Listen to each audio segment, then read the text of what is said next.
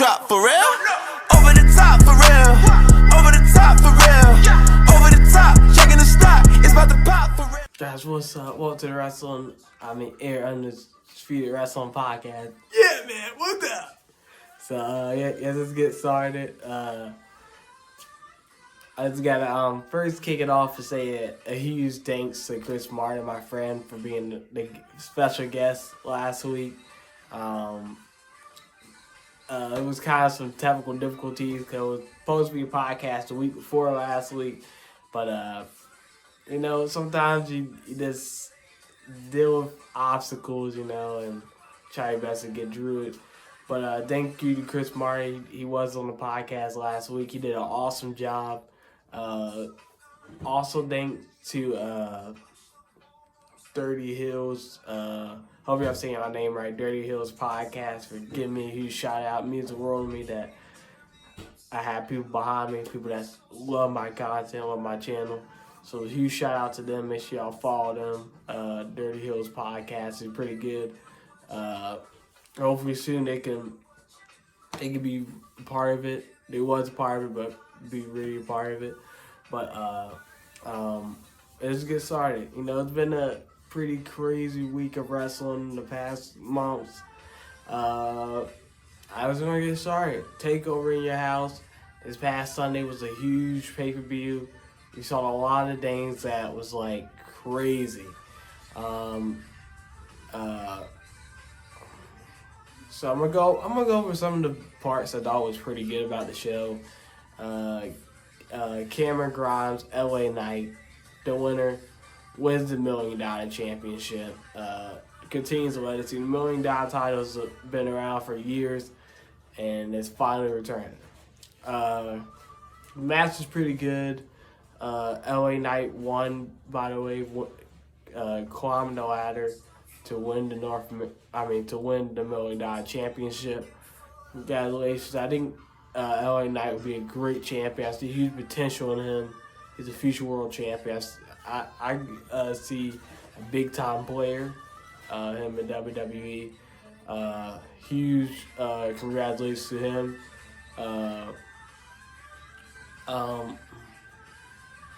It was a winner take all match. MSK teaming up with Bronson Reed that recently won the NXT North American title weeks ago from Johnny Gargano in a huge steel cage match.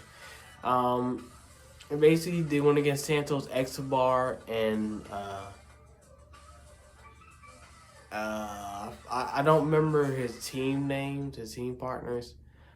Basically, it was a winner take all match, and MSK and Bronson Reed retained their respective titles. Remember, MSK is the NXT Tag Champs.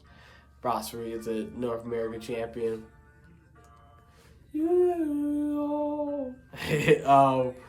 That was a good match. That was a pretty good match. We also saw Raquel versus Emma Moon in a instant classic NXT Women's Championship match. What a match that was.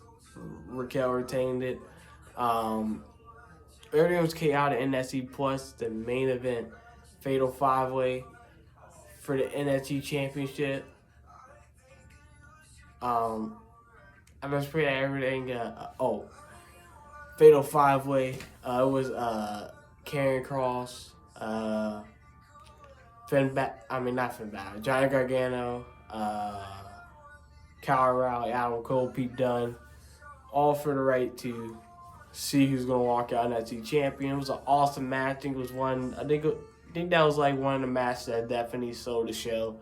Sold the show. Karrion Kross retained it by hitting a lock to Kyle O'Reilly. He had it locked in. I think it was Adam Cole, and basically Kyle O'Reilly passed out, and Karrion Kross retained the title.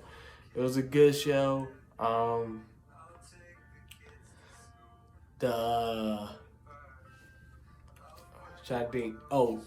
Raw. I got admit Raw have been a little lacking lately with the storylines. So I gotta say the most interesting part of the show has been Drew McIntyre, even though this feud is getting kind of annoying. Drew McIntyre versus Bobby Lashley. They will be fighting inside the cell.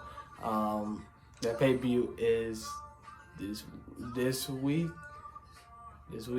I will be, of course, sharing the results of the pay-per-view on the next episode of the podcast. But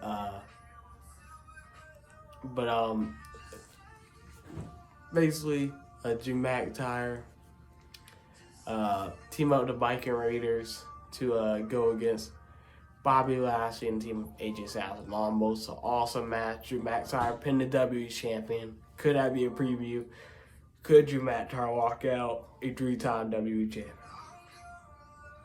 Now here's my prediction about this match. I don't see Drew McIntyre walking out the title. I see Bobby Lashley retaining his championship. Bobby Lashley been a pretty good champion. He's the only kind of one of the interesting things of Raw. Other than that, Raw is kind of trash and garbage right now. But Bobby Lashley, he won the title months ago. A big moment for him. A big moment for me, of course. You know.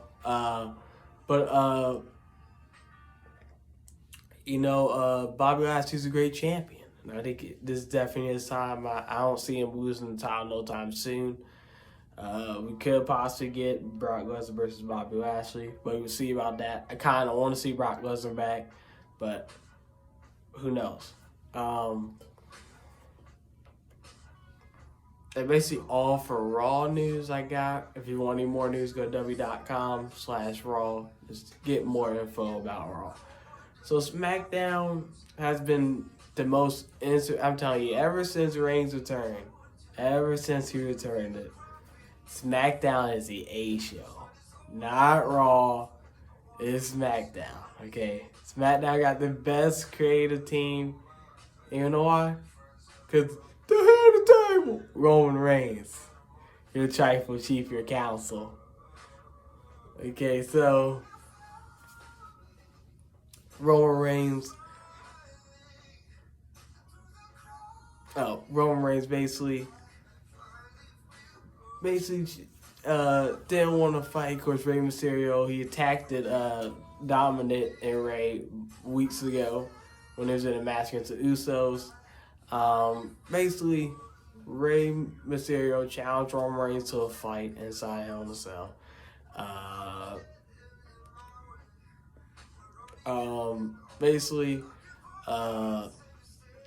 Rey Mysterio was trying to send a message to Roman Reigns.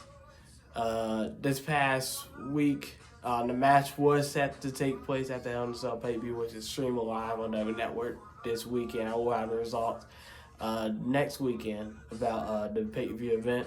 But they got switched to SmackDown to get his huge like, whoa, we never had this type of match on the Blue brand on SmackDown. Maybe on Raw, but never on SmackDown.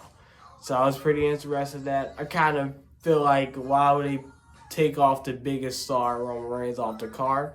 But oh well.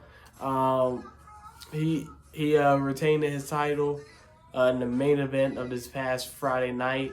What a match it was, an instant classic. Roman Reigns basically saying before the match that, Ray, you're not on my level. And I agree.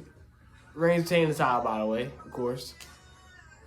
Let me say this. You know, all due respect to Rey Mysterio, all due respect to his family, okay? But giving my all to anything. I'm giving my all.